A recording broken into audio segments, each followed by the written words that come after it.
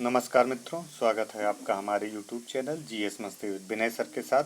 आइए जुड़ते हैं जीव विज्ञान से संबंधित कुछ महत्वपूर्ण तथ्यों के साथ। हम लोग पढ़ रहे थे पाचन तंत्र के अंगों के बारे में। आइए आज उन्हीं का विस्तार से वर्णन देखते हैं, एक एक पार्ट का। देखते हैं म्यूकस क्या होता है। म्यूकस किस में पाया जाता है, जैसे पूछे म्यूकस तो लार का संगठन होता है। एक म्यूकस क्या होता है, लार का संगठन। तो लार के संगठन के बारे में पढ़ेंगे। हमने कल बताया था जो पाचन स्टार्ट होता है मुख से ही स्टार्ट होता है, तो वहीं से देखते हैं उसमें एक लार पाया जाता है। लार का संगठन क्या होता है जी। ये म्यूकस लुब्रिकेंट कहलाता है। म्यूकस लिंगुअल लाइपेज होता है, वसा का पाचन करता है। जिनमें जो लिंगुअल लाइपेज मिलता है जी, वसा का पाचन करता है। लारीय एमाइलेज टायलिन पाया जाता है जो स्टार्च का पाचन करता है। Na+Cl+ पोटेशियम को K से प्रदर्शित करते हैं, सोडियम को Na से, क्लोरीन को Cl से। आदि इलेक्ट्रोलाइट पाए जाते हैं जो खाने में नमी बनाए रखते हैं। लाइसोजाइम एंजाइम क्या होता है, जीवाणुओं का नाश करता है। इसमें जो लार में एंजाइम पाए जाते हैं वो कुछ इस प्रकार से पाए जाते हैं। उनमें आप देख रहे होंगे सबका अपना अलग अलग कार्य है। जैसे लिंगुअल लाइपेज पूछे वसा का पाचन करेगा, म्यूकस पूछे लुब्रिकेंट होता है। जैसे लारीय एमाइलेज टायलिन पूछे तो स्टार्च का पाचन करेगा। लाइसोजाइम एंजाइम जीवाणुओं का नाश करता है। सोडियम पोटेशियम क्लोरीन ये जो इलेक्ट्रोलाइट होते हैं खाने में नमी को बनाए रखते हैं। ये देखते हैं आमाशय क्या होता है, हिस्टोमस जिसे बोलते हैं। आमाशय जठर ग्रंथियां पाई जाती हैं जिसमें जठर रस होता है, हल्का पीला होता है। अगर पूछे जठर रस का रंग कैसा होता है, तो जठर रस का रंग जो होता है हल्का पीला होता है, जो एक तरह से मानिए पीला रंग पाया जाता है। हाइड्रोक्लोरिक अम्ल पाया जाता है जो अम्लीय माध्यम होता है। पेप्सिन एंजाइम पाया जाता है, प्रोटीन का पाचन करेगा। श्लेष्मा आमाशय के आंतरिक अस्तर की अम्ल से रक्षा करता है। रेनिन एंजाइम पाए जाते हैं। कैसिनोजेन जो दूध पाया जाता है कैसीन में पाया जाता है। आमाशय हुआ। अगला हमारा लैंगरहैंस की दीपिका, यहाँ से कुछ बनते हैं। खोजकर्ता कौन थे, लैंगरहैंस थे। अग्नाशय का एक भाग है। इंसुलिन ग्लूकागान एवं सोमैटोस्टेटिन हार्मोन्स का श्रवण करता है। इंसुलिन का भी श्रवण करेगा लैंगरहैंस की दीपिकाओं में देखते हैं। अग्नाशय क्या होता है, अग्नाशय मानव शरीर की दूसरी सबसे बड़ी ग्रंथि होती है। अगर पूछे दूसरी सबसे बड़ी ग्रंथि कौन है, अग्नाशय है। मिश्रित ग्रंथि होती है। अंतःस्रावी और बहिस्रावी ग्रंथियां किन में पाई जाती हैं, डायरेक्ट क्वेश्चन पूछा तो अग्नाशय में पाई जाती है।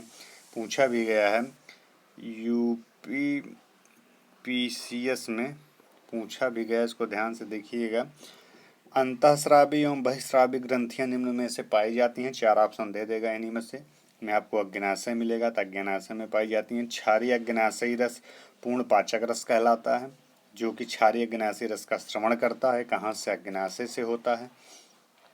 क्षारीय अग्नाशयी रस जो होते हैं इसमें कुछ विशेष प्रकार के पदार्थ पाए जाते हैं, जैसे ट्रिप्सिनोजन अक्रियाशील ट्रिप्सिन होता है, प्रोटीन को पॉलीपेप्टाइड में तोड़ने का कार्य करता है जो क्षारीय अग्नाशयी रस होता है। ये अग्नाशयी लाइपेज को जो है वसा का पाचन करता है। अग्नाशयी एमाइलेज स्टार्च का पाचन करता है। इसी में कड़ी में और देखते हैं यकृत का कार्य क्या होता है। यकृत मानव शरीर की सबसे बड़ी ग्रंथि क्या थी, यकृत थी। और दूसरी सबसे बड़ी अभी हमने अग्नाशय बताया था। भार कितना होता है, 1.5 किलोग्राम यकृत का भार होता है। पित्त का उत्पादन कहाँ पे होता है, कौन करता है, तो पित्त का उत्पादन कौन करता है, यकृत करता है। रक्त में अमीनो अम्ल का विनियमन करता है, यूरिया का संश्लेषण करता है। लगभग 500 क्रियाएं होती हैं। ग्लाइकोजेनोलिसिस होता है, हिपैरिन होता है व फाइब्रिनोजेन प्रोटीन का उत्पादन करता है। शरीर का ताप बनाए रखने में सहायक होता है। तो यकृत का कार्य शरीर का ताप बनाए रखने में भी सहायक होता है। पित्ताशय के बारे में पढ़ते हैं। पित्त का भंडार होता है। इसमें प्रतिदिन लगभग 800 से 1000 मिलीलीटर पित्त का श्रवण होता है। वसा का पायसीकरण होता है। वसा का पायसीकरण किसमें होता है? पित्ताशय में होता है। लिपिड्स के पाचन व अवशोषण में सहायक होता है। जिसका पीएच वैल्यू जो होता है वो 7.7 होता है, जो क्षारीय पित्त रस होता है। इसका रंग पीला हरा हो सकता है। बिलिरुबिन की अधिकता से पीलिया होता है। अगर बिलिरुबिन पूछे किसकी अधिकता हो जाए पीलिया हो जाएगी, तो बिलिरुबिन की अधिकता से पीलिया हो जाती है। अगला देखते हैं छोटी आंत क्या होती है। छोटी आंत के बारे में पढ़ेंगे। इसके 3 भाग होते हैं, ग्रहणी, मध्यांत, शेषांत्र। ग्रहणी अत्यधिक कुंडलित नलिका 6 से 7 मीटर पाई जाती हैं छोटी आंत में। इनका कार्य क्या है? भोजन का अंतिम रूप से पाचन व अवशोषण। डायरेक्ट पूछ लिया, भोजन का अंतिम रूप से पाचन व अवशोषण किसमें होता है? तो भोजन का अंतिम रूप से पाचन व अवशोषण छोटी आंत में होता है। जैसे इरेप्सिन जो होता है, ये पेप्टोन्स पाचन करेगा अमीनो अम्ल में, इरेप्सिन अमीनो अम्ल में करता है। माल्टेज माल्टोज का पाचन करेगा ग्लूकोज में। लैक्टोज का पाचन करेगा गैलेक्टोज या प्लस ग्लूकोज में। लाइपेज इमल्सिफाइड करेगा, वसा का पाचन करेगा फैटी एसिड में। सुक्रेज जो है वो सुक्रोज का ग्लूकोज एवं फ्रक्टोज में विखंडन करता है। तो इस प्रकार से छोटी आंत के ये कार्य होते हैं। बड़ी आंत के बारे में देखते हैं। बड़ी आंत क्या है? 3 भागों में विभाजित है, सीकम, कोलन, मलाशय। कार्य क्या करता है? ये जल का अवशोषण करता है। छोटी आंत क्या करती थी? भोजन का अवशोषण करती थी। जल का अवशोषण करता है बड़ी आंत। तो इसी में अपेंडिक्स के बारे में सब लोग सुने होंगे, जानते होंगे।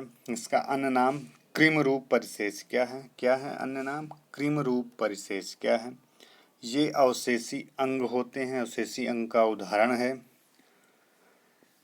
अपेंडिक्स। देख भी रहे हैं, बृहदांत्र के सीकम से जुड़ा हुआ होता है। कभी कभी जब अपेंडिक्स बढ़ जाता है तो इसका ऑपरेशन भी होता है। ऐसे लोग कहते हैं ना अपेंडिक्स का ऑपरेशन कराए हैं, तो इसे अवशेषी अंग के अंतर्गत अपेंडिक्स को रखा जाता है।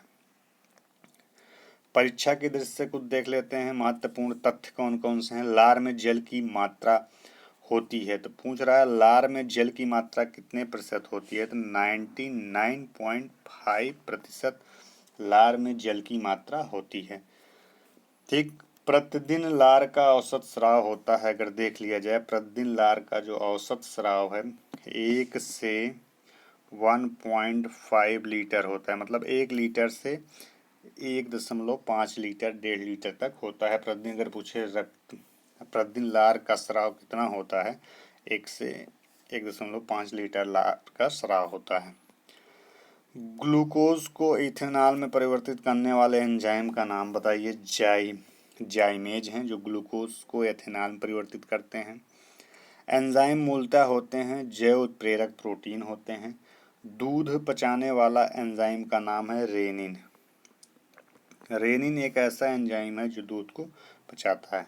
मित्रों, यह पाचन तंत्र से संबंधित कुछ महत्वपूर्ण तथ्य थे। यदि यह वीडियो अच्छा लगा हो तो इसे शेयर और सब्सक्राइब करिए।